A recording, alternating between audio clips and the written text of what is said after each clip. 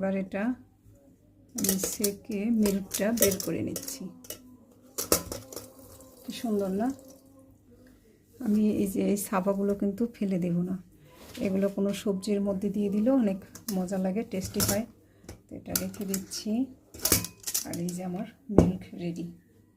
এবার এই মিল্কটা এমনিতেই বাচ্চাদেরকে দিতে পারেন, কিন্তু আমি যেটা করব এই যে বেলের পাল্প দিয়ে দিব, বেলের শরবত করব। আমার ছোটোবেলায় তো মা বেলপানা খাওয়াতো গরুর দুধ দিয়ে, তখনকার দুধ অবশ্য খাঁটি ছিল। আর এই যে পিওরেজার মধু, এটা দেব। পিওরেজার মধু মানে দেখাচ্ছি বলতে ভাববেন না যে অ্যাড দিচ্ছি, আমার ভালো লাগে যেগুলো সেগুলোই আপনাদের সাথে শেয়ার করি। আর এর প্রতি আমার আস্থা আসছে এই জন্য যে যারা আমার নাম করে নিয়েছে তারা আবার আমাকে ফোন করে বলছে যে না, জিনিসটা ভালো। যাই হোক, পিরোজার প্রতিও আমার অনুরোধ থাকবে যে ভালো জিনিসটা সে যেন আমাদের মাঝে এভাবে তুলে দেয়। এবার পুরোটা আমি ব্লেন্ড করে নিচ্ছি।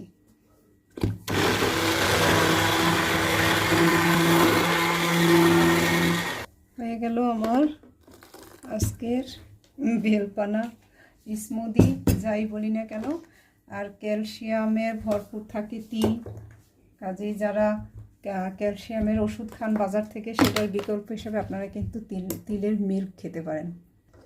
এবার আমি এটা মিল্ক নিয়ে নিচ্ছি এবং এটা খেতে কিন্তু দারুণ। বাচ্চাদেরকে এভাবে স্মুদি বানিয়ে দেবেন। এমনকি ছোটো বাচ্চা যারা আছে দুধ ভাত পছন্দ করে, তাদেরকে কিন্তু এইভাবে মিল্ক তৈরি করে দিয়ে, দুধ দিয়ে কলা দিয়ে যে মাখিয়ে ভাত খেতে পছন্দ করে, লাল চালের ভাত, এটা খাওয়াতে পারেন। কারণ আমার শ্বশুর বাবা যখন ক্যান্সারে আক্রান্ত ছিল, তাকে কিন্তু এইভাবে আমি আমন্ড মিল্ক দিতাম, লাল চালের ভাত এবং কলা, সেটা সে খেতে খুব পছন্দ করত, বাচ্চাদের মতো খেয়ে নিত।